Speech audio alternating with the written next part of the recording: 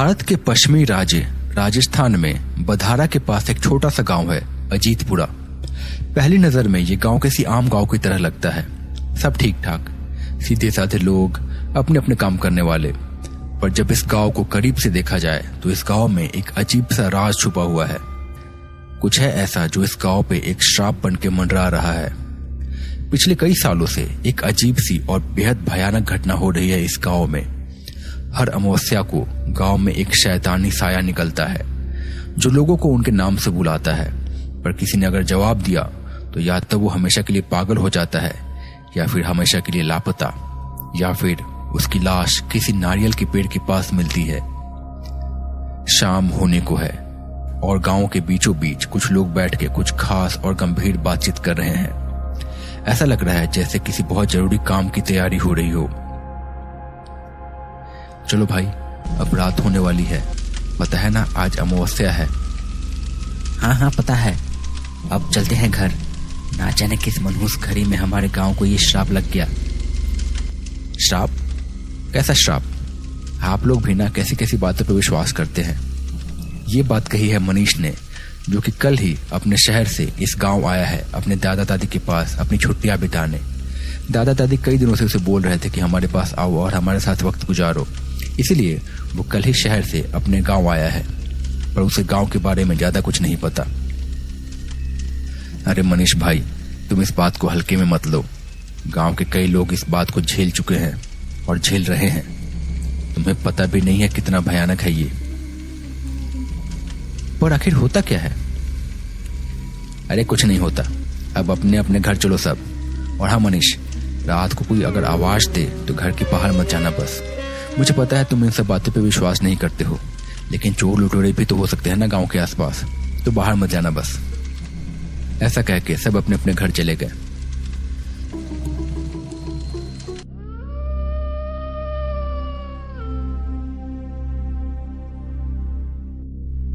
रात ढल आई। हर ओर सन्नाटा छा गया है। आसपास का इलाका शांत और ठंडा हो गया है। कुछ कीड़े मकोड़ों की आवाजें आ रही हैं। सबको पता है कि रात को बाहर जाना सही नहीं है। धीरे धीरे रात गहरी हो गई। रेगिस्तान का गांव शांत हो गया।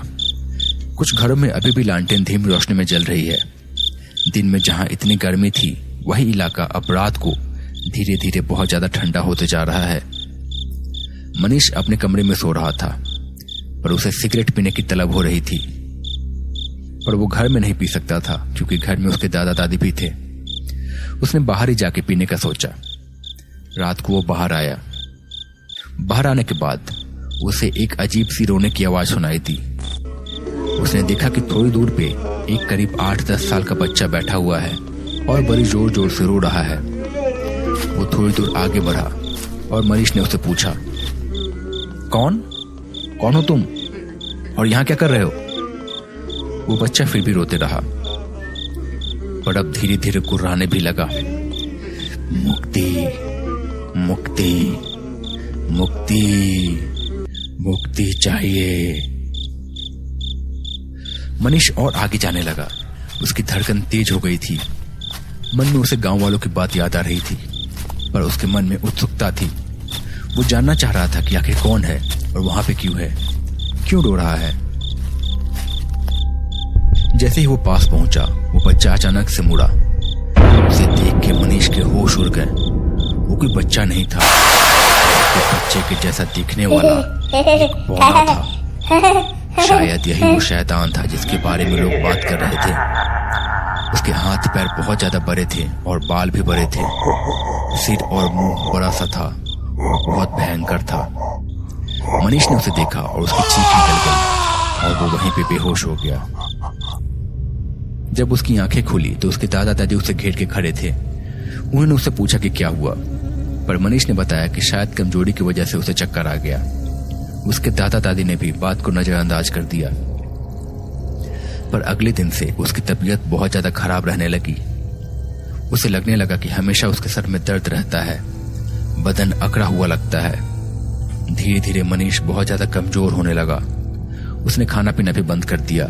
धीरे धीरे उसे देख के ऐसा लगने लगा जैसे वो झुकता जा रहा है। उसका कद धीरे धीरे कम होते जा रहा है। मनीष के दादा दादी सोच में पड़ गए। उन्हें समझ में आ गया था कि कुछ तो गड़बड़ है उसके साथ। उन्होंने पास के गांव से डॉक्टर को बुलाया। डॉक्टर ने देखा और कहा, समझ में नहीं आ रहा कि क्या हुआ है इसे। सब चीजें नॉर्मल है, सारे रिपोर्ट भी सही आए हैं, पर फिर भी इसकी हालत इतनी ज्यादा खराब क्यों हो रही है। खैर, इसका ख्याल रखिए।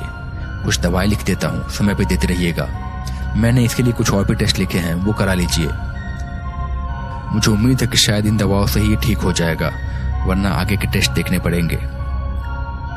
ऐसा कह के डॉक्टर वहां से चला गया। मनीष के दादा दादी उसे देखते रह गए। अगले दिन उसके दादा ऐसे ही सुबह सुबह गांव के सरपंच के साथ बैठे हुए थे। गांव में अक्सर लोग एक दूसरे के पास बैठ के बातें किया करते थे। सरपंच जी, मेरे पोते की तबीयत बहुत ज्यादा खराब हो गई है। समझ में नहीं आ रहा है कि क्या करूं। डॉक्टर को दिखाया, वैद्य को दिखाया, पर उन्हें भी समझ में नहीं आ रहा है। किसी और को दिखाना पड़ेगा फिर। उसकी तबीयत में कोई सुधार है कि नहीं? कहाँ कोई सुधार है? दिन पे दिन उसका शरीर जैसे गला जा रहा है। पता नहीं क्या हो गया है उसे। अच्छा, आपके बेटे की भी तबीयत खराब थी ना कुछ साल पहले? मुझे याद है कि उसकी तबीयत भी बहुत ज्यादा खराब हो गई थी। आपने किस डॉक्टर को दिखाया था? मुझे भी बता दीजिए, मैं भी उसे दिखा लूंगा। सरपंच ने थोड़ी देर सोचा और कहा, देखो, कभी कभी ऐसी चीजें डॉक्टर वैद्य के समझ के परे होती हैं। मेरे बेटे के साथ भी हुआ था ऐसा कुछ, पर तब मैंने कोई और रास्ता अपनाया था। पर उसके बाद मैं एकदम चुप हूं इस बारे में और कभी बात नहीं करता। और अब तुम्हारे पोते की जान की बात है तो तुम्हें बताता हूं। गांव के दक्षिणी कोने पे एक तांत्रिक है। आज रात को उसके पास चलेंगे। हो सकता है वो कुछ मदद कर दे। मेरे बेटे की भी जान उन्होंने बचाई थी।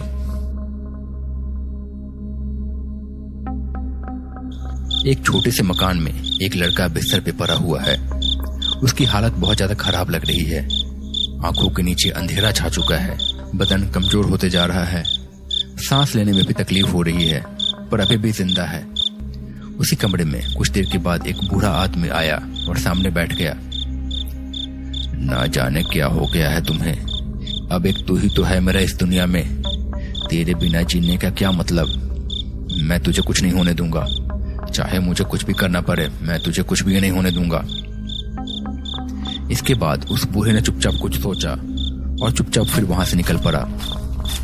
रात के सन्नाटे में धीरे धीरे चलता हुआ गांव के दूसरे छोर पे पहुंचा, जहां एक छोटी सी झोपड़ी है।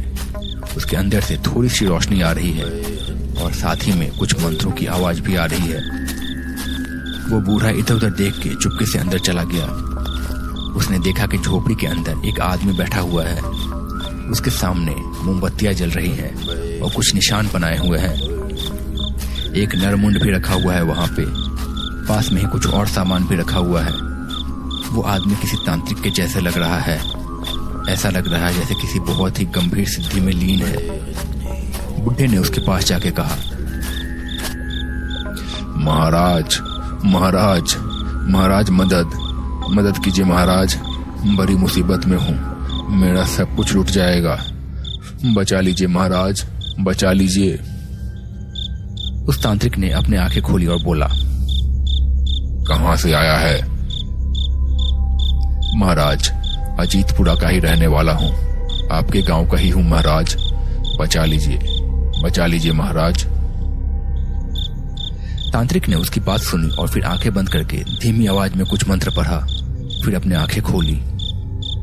मैं समझ गया कि तू यहाँ पे क्यों आया है, लेकिन मुश्किल है, बहुत अधिक मुश्किल है।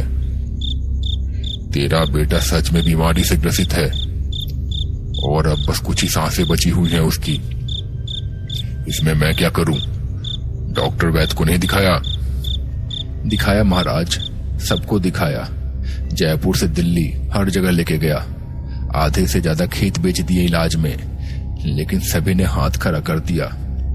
अब बस आपका ही सहारा है महाराज, बचा लीजिए। तांत्रिक ने फिर कुछ और सोचा और कहा, देख, तेरा बेटा अंतिम सांसें ले रहा है। इसकी जीवन शक्ति खत्म हो रही है। एक काम मैं कर सकता हूँ, लेकिन ये प्रकृति के नियम के खिलाफ है और ये तामसिक तंत्र है। महाराज दया कीजिए, मेरे बच्चे को बचा लीजिए। मैं जो कुछ भी हो करूंगा आपके लिए, बस बचा लीजिए उससे। अभी उसने दुनिया भी नहीं देखी है ठीक से। तांत्रिक ने फिर कहा, इसके लिए मुझे किसी और की जीवन शक्ति छीन के तेरे बेटे में डालनी होगी। रह पाएगा इस मन के बोझ के साथ? बोल, किसी और के बेटे को मार के अपने बेटे को खुश देख पाएगा? मैं कर लूंगा महाराज, मैं सब कुछ देख लूंगा, मुझे सब मंजूर है, बस आप उसे बचा लीजिए। ठीक है, मैं करूंगा, पर तू गांव का सरपंच है, इसके बदले तुझे तेरी आंखें मूंदनी होंगी। मैं कुछ भी करूं गांव में, कोई भी साधना करूं, तू कुछ नहीं बोलेगा और इस रात का जिक्र किसी और से कभी नहीं करेगा। अगर किसी से तूने कुछ बोला तो तुझे पता है मैं क्या कर सकता हूँ। मुझे मंजूर है महाराज, सब मंजूर है। ठीक है, कल इसी वक्त आना फिर से यहाँ पे, मैं संभाल लूंगा, पर अपना वादा मत भूलना, वरना तुझे पता है ना मैं क्या कर सकता हूँ।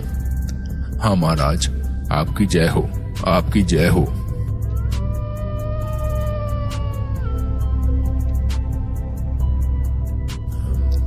रात खामोश हो चुकी है।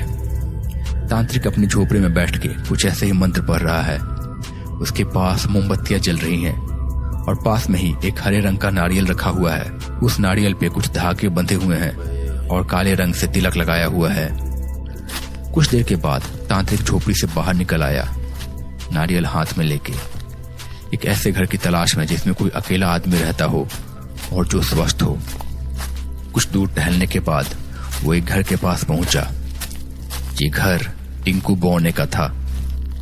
गांव के लोगों ने इसे पूरी तरह से अपनाया नहीं था और उसके माता पिता नहीं थे। अपने छोटे से घर में वो अकेला रहता था। तांत्रिक घर के पास पहुंचा और एक अलग आवाज में उसने बुलाया, टिंकू, टिंकू सुनो, आओ तो बाहर।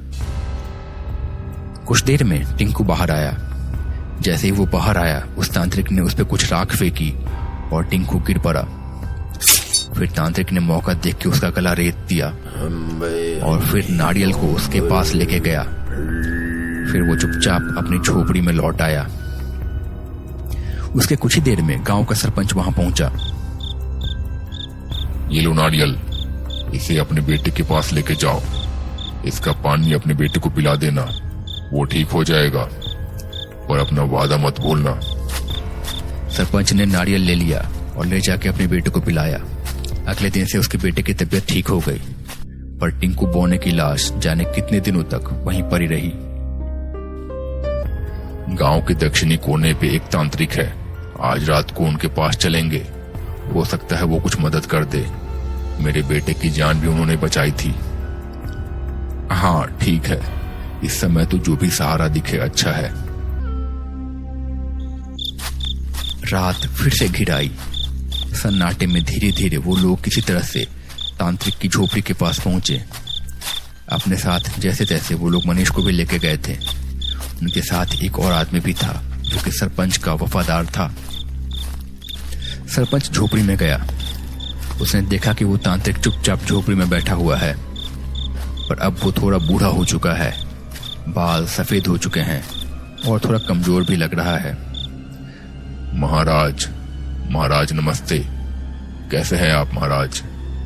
तांत्रिक ने उन्हें देखा और कहा, कौन हो तुम और इस वक्त यहाँ क्या कर रहे हो? महाराज, आपको याद होगा कुछ साल पहले मैं आपके पास आया था। मेरे बेटे की तबीयत बहुत ज्यादा खराब थी, आपने उस वक्त मेरी मदद की थी। हाँ, याद आया मुझे, पर मुझे ये भी याद है कि तुम्हारे बेटे को बचाने के लिए मुझे क्या करना पड़ा था, पर अब मैंने ये सब छोड़ दिया है। उस दिन के बाद से इतने साल मैं जैसे तैसे बचते आ रहा हूँ, खुद मैं उससे छुपता फिरता हूँ। वो आत्मा मेरी तलाश में है। चले जाओ यहाँ से, चले जाओ। पर महाराज, मेरे पोते को देख तो लीजिए एक बार, मैं उसे लेके आया हूँ साथ में। तभी उस कमरे में एक आदमी मनीष को लेकर दाखिल हुआ। तांत्रिक ने उसे देखा और सहम गया। दूर करो उसे, दूर करो इसे, हटाओ इसे, ले जाओ इसे यहाँ से। ये मुझे नहीं छोड़ेगा, ये मुझे नहीं छोड़ेगा, भगाओ इसे यहाँ से, भगाओ। सरपंच और मनीष के दादा को समझ में नहीं आया कि क्या हो रहा है, पर धीरे धीरे सब साफ हो गया। धीरे धीरे मनीष के कंधे पे उन्हें कुछ नजर आने लगा, एक बेहद भयानक सा बौना शैतान। उन सबको समझ में आ गया था कि उसी की वजह से मनीष की तबीयत शायद खराब थी। वो तांत्रिक को देख के घुर्राने लगा और कुछ बड़बड़ाने लगा, बदला बदला।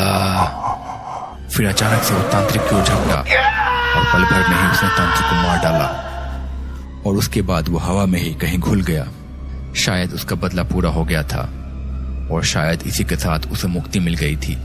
मनीष को भी अचानक से बेहतर महसूस होने लगा और उसके बाद गांव में कोई भी घटना नहीं घटी।